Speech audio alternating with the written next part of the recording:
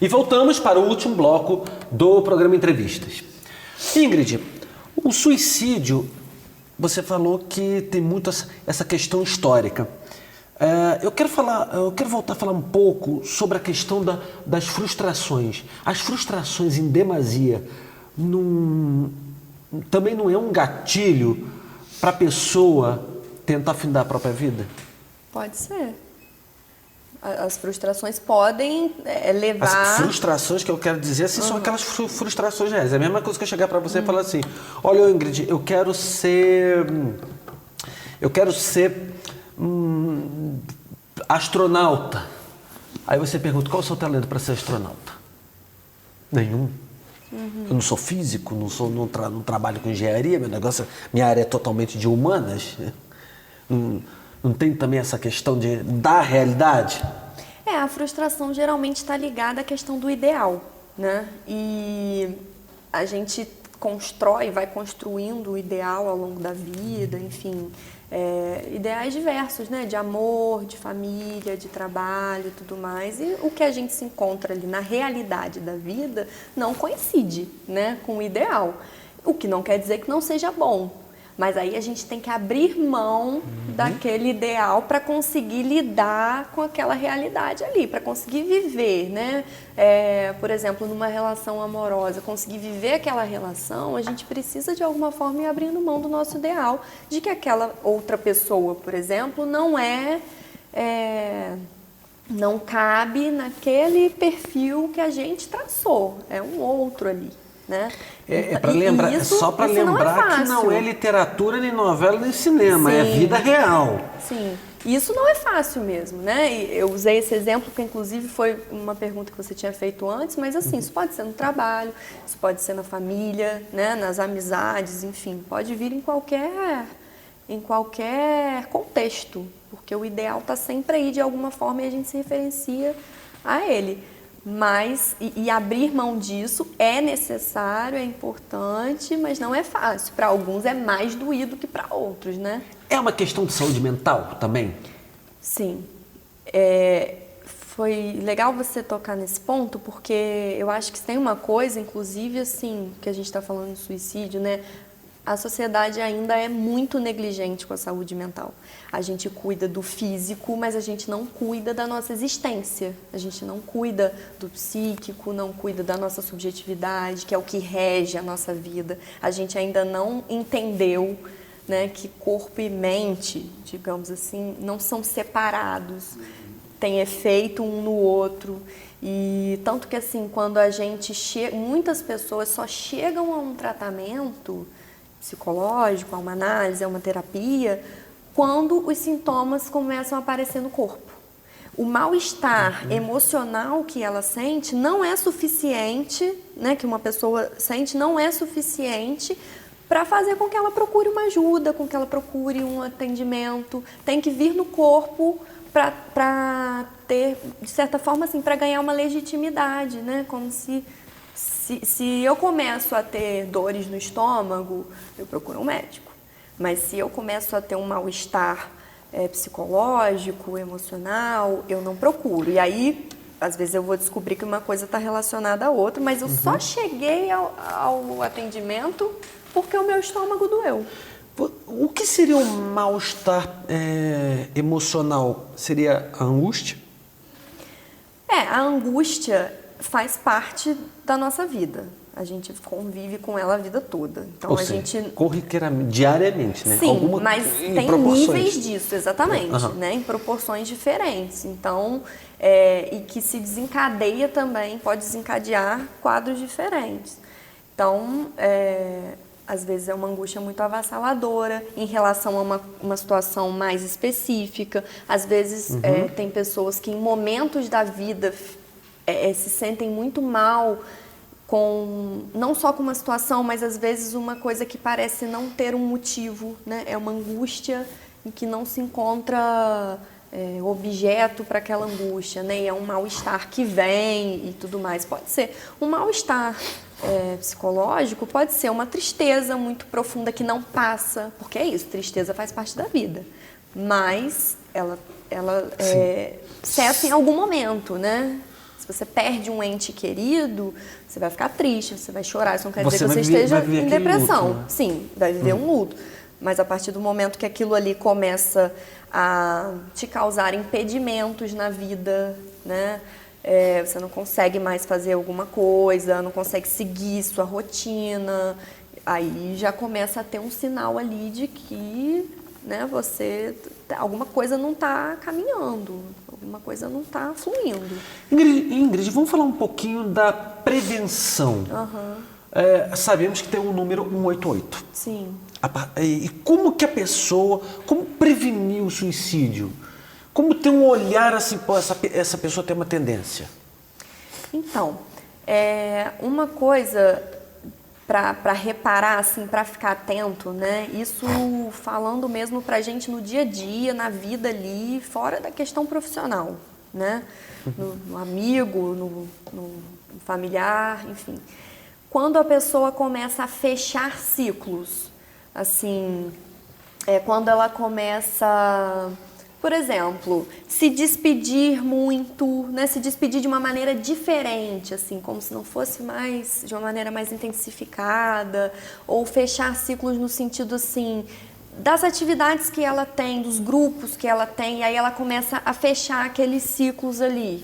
Né? Não participar mais, ela sai, se despede, tem algumas falas assim um pouco desproporcionais, né, para a situação, não é qualquer despedida, mas é uma despedida desproporcional, que não seria do dia a dia. Existem frases já marcadas para esse tipo de despedida ou desligamento de grupos sociais?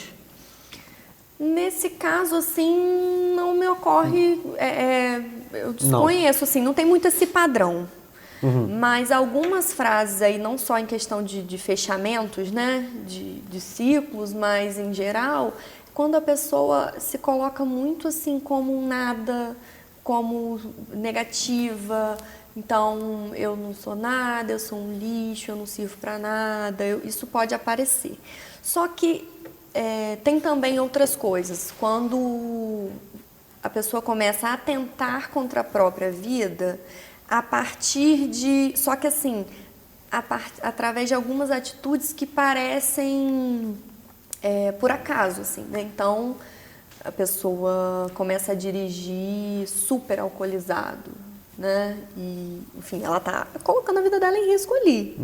Isso é claro que vai do contexto de cada um, né? A gente está tentando falar de uma maneira mais geral, de coisas que são para a gente ficar atento, assim, mas isso vai de cada contexto, né? Mas isso de se colocar em risco e de maneiras que às vezes parecem muito imotivadas, muito ao acaso, né? Um acidente de carro de quem dirigiu alcoolizado parece uma consequência e uma coisa da vida, né? Mas assim, dentro de algum contexto de uma pessoa que não tem essa prática, por exemplo, ou que passou a ter essa prática, isso aí pode ter um significado, né? Assim, pode ser um ponto de atenção, porque é se colocar em risco. E pessoas que são usuárias de drogas, existe um passo muito grande para o suicídio? Olha, isso depende muito. O que acontece na questão do usuário de droga é que, assim, o que a gente vê muito é que como a droga, às vezes a pessoa inicia nesse caminho em busca de algum prazer que inicialmente a droga traz, e num segundo momento o que a pessoa encontra, né, o que alguns encontram é o oposto daquilo, ou ela não consegue mais alcançar aquele mesmo prazer que ela alcançava no início. Então, ela se afunda cada vez mais naquilo ali. Vai batendo desespero, né? mano. Sim, e aí nesse se afundar ali pode ser que chegue a tentar contra si, né? Mas sempre chegando nessa situação de um sofrimento muito intenso, né? Voltando para a questão da prevenção, eu mencionei o número 188. Qualquer pessoa pode ligar para esse número se desconfiar, meu vizinho está atentando contra a própria vida. Sim, esse número, que é bem interessante, né? Assim, uma ferramenta bem interessante, porque você pode encontrar ali, você encontra ali um apoio. Então, tanto quem está pensando em atentar contra a própria vida, ou mesmo que não esteja nesse nível, mas assim, tá mal, tá se sentindo mal, não consegue buscar ajuda, não consegue compartilhar isso com outra pessoa, pode procurar ligar para o 188, que é o Centro de Valorização da Vida. E também quando alguém percebe que uma pessoa próxima não está bem, você pode ligar e pedir um certo suporte, assim, né? Dizer mesmo, não sei o que eu faço, diz o que está acontecendo. Você pode receber um apoio ali, um direcionamento, né? É importante lembrar que o CVV é uma ferramenta importante, que está ao acesso de todos, né? Só ligar para o 188, mas que não substitui um acompanhamento profissional. Mais profundo. Sim, é um suporte, é uma ferramenta assim, que tenta facilitar que a pessoa em sofrimento e os próximos consigam chegar de alguma forma a um pedido de ajuda, né? Porque aí você está falando com um desconhecido, porque às vezes existe a vergonha de falar com quem está próximo, o estigma de que sofrimento é fraqueza, né? O que é assim... Não é fraqueza nem absurdo. Frescura, já não mesmo, deixar claro. Né? Isso faz parte da nossa negligência com a saúde mental também. A gente joga tudo para esse lado. Será que a sociedade de hoje não começou a impor demais que todo mundo tem que ser forte?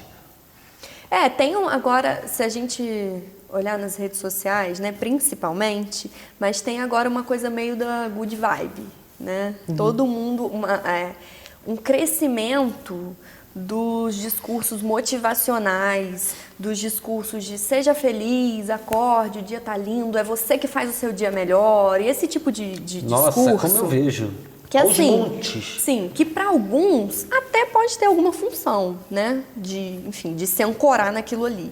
Mas, em geral, o que a gente vê acontecer é que isso vira um imperativo. Então, se eu é que posso fazer o meu dia melhor e o meu dia não foi melhor, então eu sou um fracasso, né? O que está acontecendo? Eu sou fraco, eu não sou capaz. E, na verdade, assim, não existe isso, né? Todo mundo tem dias ruins.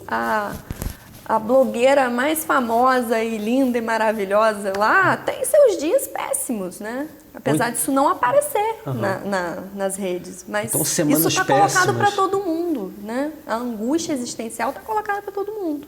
Ninguém escapa disso. A rede social também pode ser um gatilhozinho para o suicídio? Para alguns, sim. Eu acho que a cada momento da história a gente tem algumas coisas que acabam sendo vistos como um vilão, né? Nesse momento, as redes sociais estão muito nesse lugar assim de ser vilão, né? De provocar depressão e tudo mais.